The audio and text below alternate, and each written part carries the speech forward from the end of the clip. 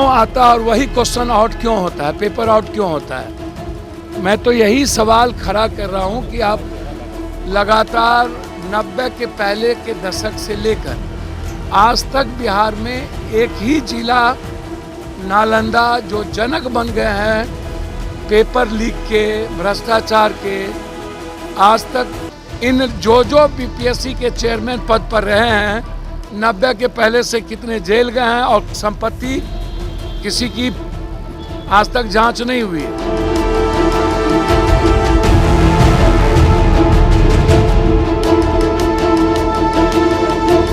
और जो माफिया इसमें इन्वॉल्व है 3 महीने के अंदर एसपीडी ट्रायल हो, हाई कोर्ट के मॉनिटरिंग में हो कि कब तक इस देश में बच्चों के भविष्य के साथ खिलवाड़ होगा, कब तक बच्चे अपने भविष्य की चिंता करेंगे और आत्महत्या करते रहेंगे। मैं कह रहा हूँ जहाँ एग्जाम हुआ या नहीं है उसका सीसीटीवी फुटेज सामने लाइए।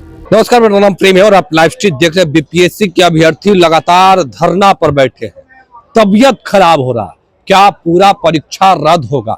देखिए, पप्पू यादव दिल्ली से अभी पटना पहुंचे हैं और पटना पहुंचते ही बीपीएससी को लेकर उन्होंने बड़ा खुलासा कर दिया है। देखिए, जो बीपीएससी के अधिकारी हैं उनके संपत्ति की जांच की मांग कर रहे हैं।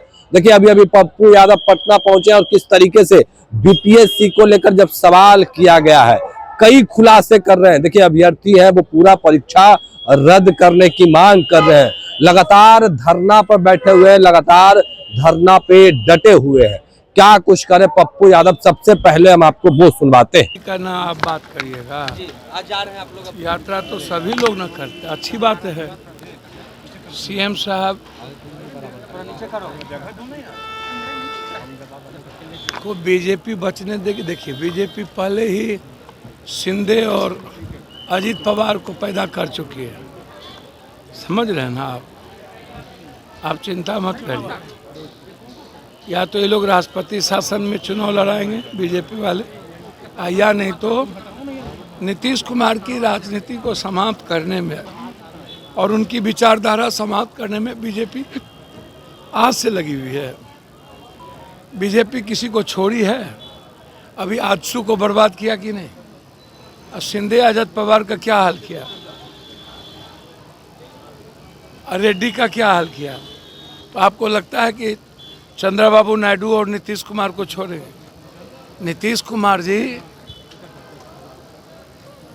को हाउस डिजॉल्व करके चुनाव में चले जाना चाहिए। नीतीश कुमार आप कौन बीजेपी के कोई भी नेता नहीं गए थे। भैया, मैंने पहले कहा कि बीजेपी नासूर है और अपने एलाइज को कभी भी रेस्पेक्ट नहीं देती है। यदि एलाइज गठबंधन धर्म का और एलाइज का सम्मान कोई देती है तो वो कांग्रेस है। कांग्रेस एलाइज के लिए कोई भी कुर्बानी करती है और कितना भी त्याग करना पड़ता है तो कांग्रेस करती है। चाहे आप अखिलेश जी के साथ देख लीजिए या लंबे समय से आरजेडी के साथ देख लीजिए। तो ये जो आरजेडी के साथ सोनिया गांधी जी और कांग्रेस परिवार का रिश्ता है उसका सम्मान तो करे। 6 दिन से अनशन पे है। नीतीश कुमार के नेतृत्व को लेकर के बीजेपी बहुत स्थिति में है। कुछ भी सर, अब उसका प्रवक्ता हम हैं। बीजेपी स्वयंभू भगवान जो हैं वो तो 1 नेशन नो इलेक्शन के लिए चुनाव इस बार लड़ रहे थे, 400 पार नो इलेक्शन। और वो अपने सामने में जिन लोगों ने उनको कभी चैलेंज किया उसको वो बकसने वाले हैं क्या? और क्षेत्रीय पार्टी के तो बीजेपी दुश्मन है, कांग्रेस ही रेस्पेक्ट देती है। और मैं इतना जानता हूँ या तो राष्ट्रपति शासन ये लोग लगवाएंगे या तो पार्टी तोड़ेंगे, नेतृत्व बदलेंगे और समय के पहले ही चुनाव करवाएंगे। हमारा नेशन पे बैठे हुए हैं बीपीएससी के। वहाँ तो जा रहे ना बीपीएससी और की चिंता किसी को है? लोग यात्रा पर, यहाँ कोई यात्रा करने की ज़रूरत नहीं है। बिहार के यूथ की गंभीरता को समझने की ज़रूरत है।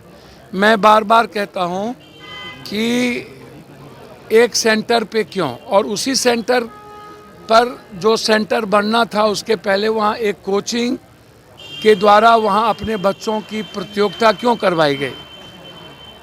और जो क्वेश्चनर लगातार एक कोचिंग के द्वारा सजेस्ट किया जाता है वही क्वेश्चन क्यों आता है और वही क्वेश्चन आउट क्यों होता है, पेपर आउट क्यों होता है। मैं तो यही सवाल खड़ा कर रहा हूं कि आप लगातार 90 के पहले के दशक से लेकर आज तक बिहार में एक ही जिला नालंदा जो जनक बन गए हैं पेपर लीक के, भ्रष्टाचार के, आज तक कोई भी सरकार जो 40 सालों से है वह पेपर लीक को रोक क्यों नहीं पाए। बच्चे और युवाओं के भविष्य के साथ खिलवाड़ ये लोग क्यों करते हैं, और ये लोग पेपर लीक के माफियाओं की संपत्ति, पदाधिकारी, मैं कई बार कहा हूँ कि बीपीएससी हो या एसएससी हो या यूपीएससी हो, ये भ्रष्टाचार, ये महा डकैत हो चुके हैं। इन जो बीपीएससी के चेयरमैन पद पर रहे हैं 90 के पहले से कितने जेल गए हैं और संपत्ति किसी की आज तक जांच नहीं हुई है। तो हम तो कह रहे हैं कि बीपीएससी के सभी लोगों की संपत्ति जांच हो और जो माफिया इसमें इन्वॉल्व है 3 महीने के अंदर एसपीडी ट्रायल हो, हाई कोर्ट के मॉनिटरिंग में हो।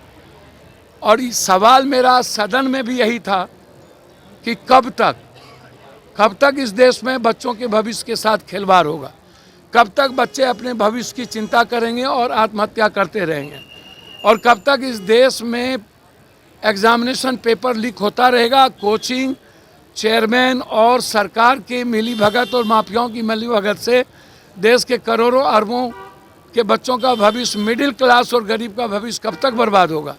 वैसे ही नौकरी अब है नहीं इस कंट्री में, आरक्षण खत्म हो गया, प्राइवेट नौकरी की ओर हम बढ़ गए हैं। और जो नौकरी थोड़ी बची हुई है वह करोड़पति अरबपति के बाल बच्चे, नेता पदाधिकारी के बाल बच्चे के लिए पेपर लीक आउट हो जाता है। तो हम इंक्वायरी चाहते हैं। आप कह रहे हैं टेक्निकल फॉल्ट के कारण, मैं कह रहा हूँ जहाँ एग्ज़ाम हुआ है, एग्ज़ाम हुआ या नहीं है उसका सीसीटीवी फुटेज सामने लाइए, क्यों नहीं आप लाते हैं। और कोचिंग माफिया, इसमें सारे लोग इन्वॉल्व होते हैं। यह सदन में मैं 10 बार कह चुका हूँ, परमार के बारे में, इसके पहले के बारे में हम 10 बार कह चुके हैं। और जो क्वेश्चनायर वहाँ पर सजेस्ट किया जाता है वही क्वेश्चन यहाँ पर एग्जामिनेशन के समय आता है। तो आपको नहीं लगता कि बिना सेटिंग का कोई कोचिंग नहीं चल सकता? अम्बेडकर को लेकर पूरा परीक्षा रद्द करने की मांग कर रहे हैं, क्या होगा एग्जाम करने? भैया देखिए, जो कहते हैं एक कदम चलो, ये एक कदम क्या चलना है।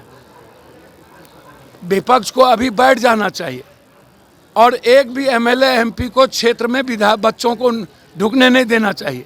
सारे माँ बाप को लेकर के सारे एमएलए एमपी को घेरना चाहिए और कहना चाहिए कि हम नहीं ढुकने देंगे, मेरे वोट से तुम बने हो।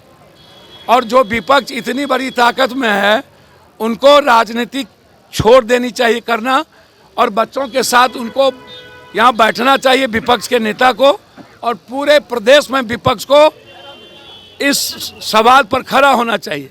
जब सदन में होते हैं तब भी तो पेपर लीक होता है, इसकी सरकार हो तब भी पेपर लीक, इसका सरकार हो तब भी पेपर लीक, जिसका सरकार हो तब भी पेपर लीक। आखिर क्यों और कब तक? और इन की बात आ रही है, सीएम की नाराजगी की बात आ रही है। अब इसका टीका पर तब आप पप्पू यादव को सुन रहे थे, तमाम मुद्दे को लेकर क्या कुछ कहा उन्होंने, आपने सुना है किस तरीके से पप्पू यादव तमाम सवालों के जवाब दिए, तो पर बीपीएससी के अभ्यर्थियों के साथ खड़े भी हो गए। देखिए, बीपीएससी के अभ्यर्थी लगातार परीक्षा रद्द करने की मांग कर रहे थे। तेजस्वी यादव भी बीपीएससी के अभ्यर्थियों से मिलने गए थे, उनसे मुलाकात किए हैं, वीडियो कॉल पर बात की है। देखिए किस तरीके से जब सवाल किया गया था पप्पू यादव से, तो पप्पू यादव तमाम सवालों के जवाब दिए हैं और कहीं ना कहीं जो अभ्यर्थी है उनके साथ खड़े भी हो गए। क्या कुछ कह रहे थे पप्पू यादव, हमने आपको वो तमाम बयानों को सुनवाया है। और पप्पू यादव सीधा पटना एयरपोर्ट से निकले हैं और गर्दनीबाग धरना स्थल भी जा रहे हैं।